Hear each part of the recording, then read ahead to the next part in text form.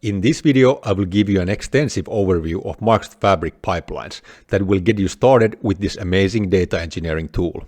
Welcome to the video. My name is Aleksi and on this channel I cover Microsoft Azure and Fabric related topics. In this video, we are going to have an introduction to Microsoft Fabric pipelines. This video is part of my Microsoft Fabric data engineering series, and link to the entire playlist can be found in the description below. But now let's talk about the pipeline tool in Microsoft Fabric that is one of the most essential, if not the most essential tool for data engineers to learn in Microsoft Fabric. With this tool, data engineers can build complex data pipeline workflows and then schedule and monitor them. First, in this video I will cover the core concepts of the pipeline tool on conceptual level, and then we will hop into Microsoft Fabric and check out the pipeline tool a bit more closely there. But now, let's get started. Let's start with activities. Activities are these nodes in the pipeline that are executed in a logical and predefined order that is defined during the pipeline development process. In Microsoft Fabric pipelines, there are many different activities that serve different purposes and use cases in data engineering. For example, activities could be used to execute other tools in Microsoft Fabric like data flows and notebooks. Or activities could be used to add some conditional logic to the pipeline. For example, run a notebook only when set conditions are met. These activities are not only limited to running things inside Fabric, since these activities extend to external services as well. One of the most used activities is the copy data activity that can move and copy data between two different data stores. The data store could be also outside the Fabric and be an external system from which the copy data copies the data to Fabric data store or vice versa. Also, there are activities for executing external services like Azure Functions and Databricks notebooks. More general activities like REST and webhooks make these integration possibilities very extensive. To be able to fetch data from an external store or run external services like Azure Databricks notebooks requires connections, which takes us to our second key topic, connections. As the name implies, these are connections to external systems and services. For copy data, there are already quite an extensive set of external systems to connect using variety of authentication methods. And Microsoft is constantly adding new connections to choose from and new authentication methods to old connections. Our fourth core concept are parameters that can be defined on multiple levels and allow passing through information to different levels in pipeline tool. In practice, this means that using parameters, information can be passed down from a pipeline to activities, for example, to notebooks, or from a top-level pipeline to a lower-level pipelines. Also, there are variables in pipeline that can be used in a bit similar fashion than parameters. The main difference between parameters and variables is that parameters are used to get information outside the pipeline into the pipeline, and variables on the other hand are defined inside the pipeline and has to be set during the execution using setVariable activity. Pipeline parameters and variables can be referenced in other activities by using pipeline's expression language. This expression language allows adding more logic into pipelines, making them more dynamic. Very simple example of using this expression language would be adding dynamically timestamps to file paths when copying data from an external system to Lakehouse's file section. Since the pipeline is an orchestration tool, it is quite obvious that it can be scheduled to run at set time intervals. This feature enables data engineers to run their pipelines outside of office hours, which moves those heavy data pipeline processing workloads to times that do not bother other users of Fabric. Also, pipelines could be monitored by using monitoring features in Microsoft Fabric. This allows looking at past pipeline runs to see how they went and how long it took to run the pipeline and its different activities. Next, let's open up Microsoft Fabric and let's check out the pipeline tool there. But before we do that, I would like you to know that I spent a ton of my free time creating these videos for you. And that's why I would like you to hit that like button and subscribe to the channel for more data engineering content. It doesn't cost you anything and I would highly appreciate that. But now, let's open up the Fabric. Pipelines in Fabric can be found under Data Engineering and Data Factory experiences. Here we have a possibility to create a new pipeline. Then we have to give a name to our pipeline, and after this we can click OK. This opens up the pipeline development view, where we have the options to start with a blank canvas or with guidance, which means using a copy assistant, practicing with sample data, or pre-made templates for pipelines. For now, we are going to go with a blank canvas, which makes us to choose one activity for our pipeline. Here we can see all the activities that are available in pipelines, but we will come back to this shortly. Now I will just choose a simple wait activity and let's start with that.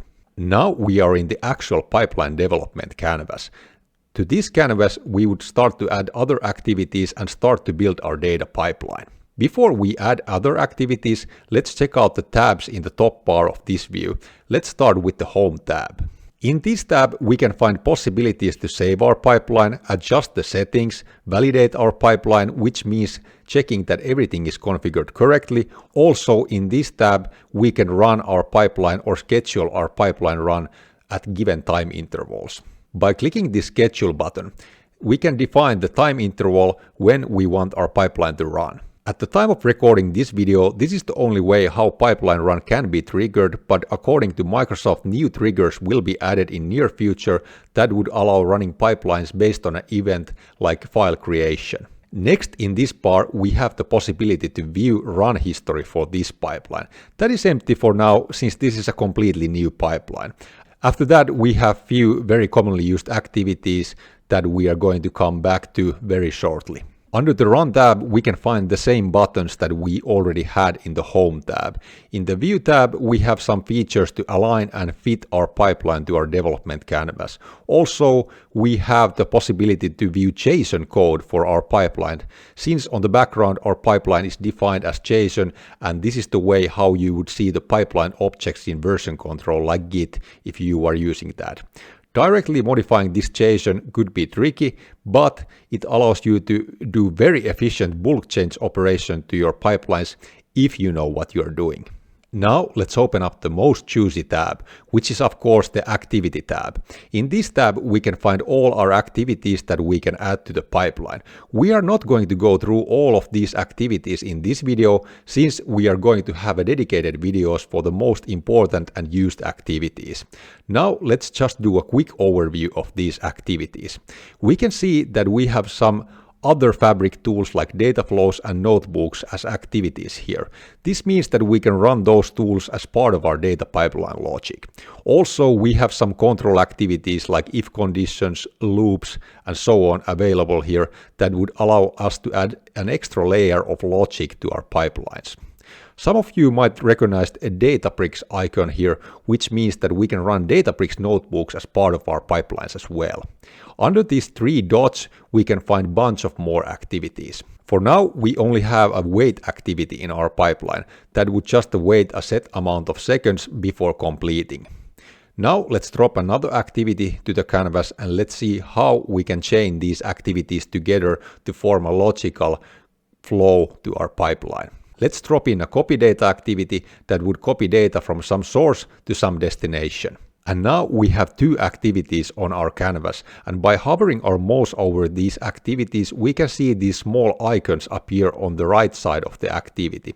These can be used to logically build dependencies between activities. The default way is using the onSuccess dependency, which means that the following activity or activities are executed once the previous activity has been successfully executed as well. There are also other dependencies that can be used, like for example executing activities if the previous activity failed. But now we can link these two activities together by using the onSuccess dependency. Now let's take a look at the copy data activity a bit more closely. When we click this activity, we can see the tabs under our canvas change. We are not going to dive deeply into these different tabs in this video, but let's open up the Source tab.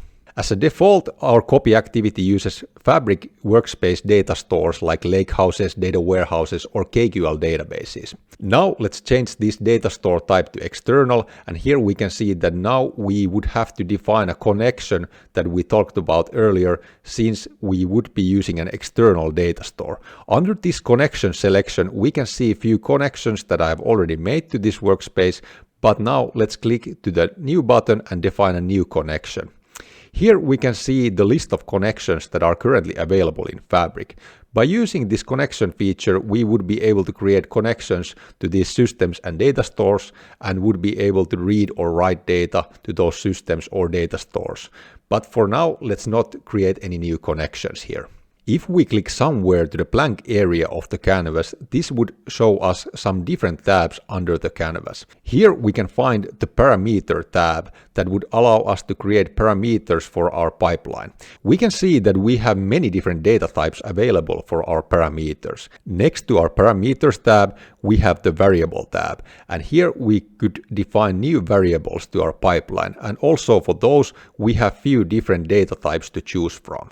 Next, I will briefly go through the basics of dynamic content and expression language in pipelines. Let's, for example, open our wait activity and navigate to the settings tab. Here we can see that our wait time has this hard-coded value of 1. And here we could change that hard-coded value to something else. But with dynamic content, we could add some logic that would decide the wait time value. If we click this input field as active, we can see this add dynamic content appear under this field. By clicking it, we can open up the pipeline expression builder. That would allow us to use parameters, variables, and functions in defining the value for the wait time. However, for now, we are not going to start build any expressions, and we will come back to this dynamic content multiple times during this video series. Next, let's check out the monitoring hub where we could monitor our pipeline runs. Monitoring hub can be found here in the sidebar, and clicking it will open up the monitor hub view. Here we could actually see runs for some other Fabric items that can be scheduled, like notebooks and data flows. But now let's focus only on pipelines and only show them by filtering them to this view. Here I have some example runs of a pipeline that I created. We can see that this pipeline has been running successfully, and by clicking one of these runs, we can observe a lot more closely what happened during the execution of the pipeline and how long it took to execute each activity and what those activities did and so on. Now you should have a basic idea what is the pipeline tool in Microsoft Fabric and what kind of things you can do with it. If you'd like to continue learning more about Microsoft Fabric, check out this video next. Now I thank you for watching and see you in that video.